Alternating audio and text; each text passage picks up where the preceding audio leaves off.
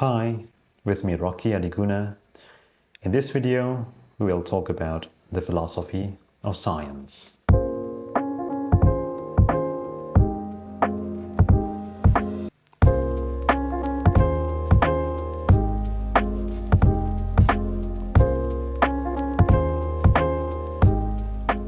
Right.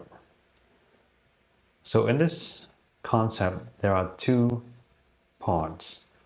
First is philosophy, and the second is science.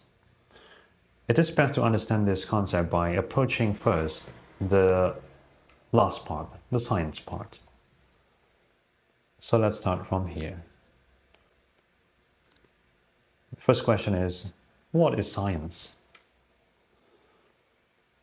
Because once we know what science is, then we can try to philosophize about science. So with the first question, what is science? We can see science as an activity done by a group of people. So we know that there are scientists, so they do things in a particular way. So there are people that do science. This is a people. They're often they are working in a community, in a group. Let's say this is the people. And what they do is that they examine the world. So here is the world. Right? So they are in the process of understanding or inquiring about the world. So this is what science is. There are people working in a certain way, they examine something, they inquire into something which is part of the world, right? They may inquire about objects, like in physics, they examine different features of materials, or for social scientists, they examine a phenomenon, a social phenomenon. In any case, they are always part of the world that we live in. So they are in the process of inquiring about the world, and in return, they create knowledge. So they create knowledge about the world. And this knowledge is also debated within this community. They share this knowledge and they criticize, they build upon each other. Often they replace each other, right? So here is the different communication, different communities. And this is science. An activity, a social activity, which relies on the existence of the world. And what about philosophy? We arrive at the science, and then what is philosophy? So we can see philosophy more as a questioning of the nature of things. You want to know the nature of something, right? The nature of things.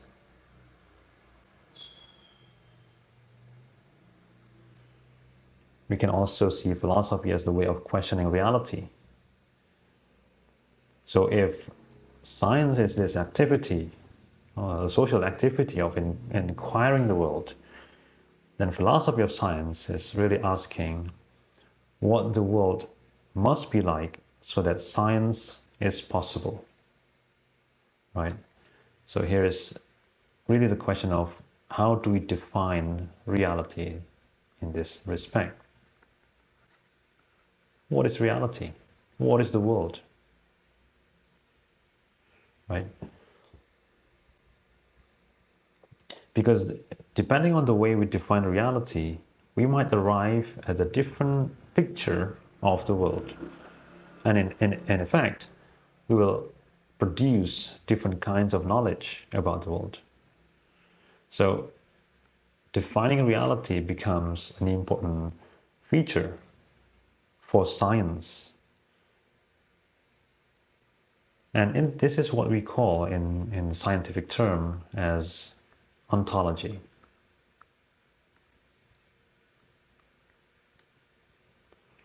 Ontology addresses the reality of the world. the philosophy behind the world itself. And there are many versions of the ontology of reality. It could be as you can be a social constructionist, where you see reality as socially constructed.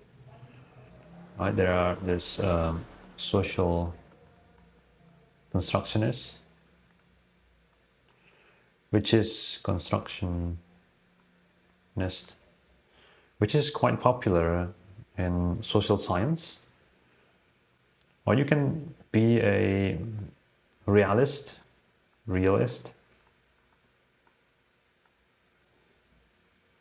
and this is more as a empiricist or empiricist.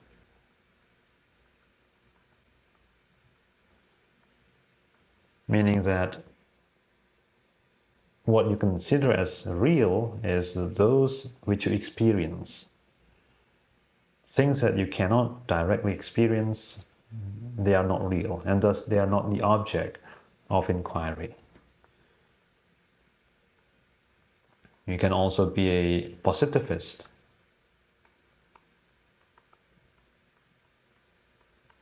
And this is quite related to the top, the realist one, where you see things as deterministic, usually more in a mathematical sense. Or you can be a relativist. Relativist, where you see that there's no single truth. There's always multiple truths. Right? So here's the different views, but I will not address this in this video. In any case, ontology is really defining the nature of reality itself, defining the nature of the world. And then we have the way to know reality, and this is this method of inquiry. And this is where we arrive at epistemology. So,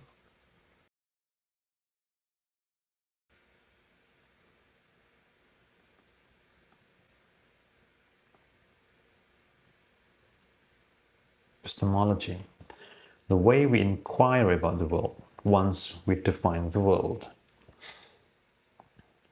So these two parts, ontology on the one hand and epistemology on the other, is the foundation of scientific inquiry. Unless we are able to define those things and be aware of those things, we will not be able to progress, or at least we will not be able to criticize or to understand the power of the knowledge that we generate. Right? So these two things are key, especially for scientists, because you are questioning not only the way to inquire reality, but we also, more deeply, we need to be aware of how we define reality. Once we are explicit about those, then we can begin to talk in the same page. So, because maybe I will address this in the later videos, is that because if you start from a different point of view in terms of ontology, let's say a social constructionist, for example, will be very different with a positivist. And they tend to differ in their methods, in their epistemology, but more fundamentally, they start from a different point, and therefore it is difficult to reconcile the two perspectives. Of course, this is not to indicate the power of one over another, because they have their own powers. But understanding the differences among these views will help us a lot in building our repertoire of inquiry and choosing the method to know the world. and we will be able to position ourselves in the scientific inquiry. Right, I think this is sufficient as an introduction to the philosophy of science. I will see you again in the next video. Thanks for watching.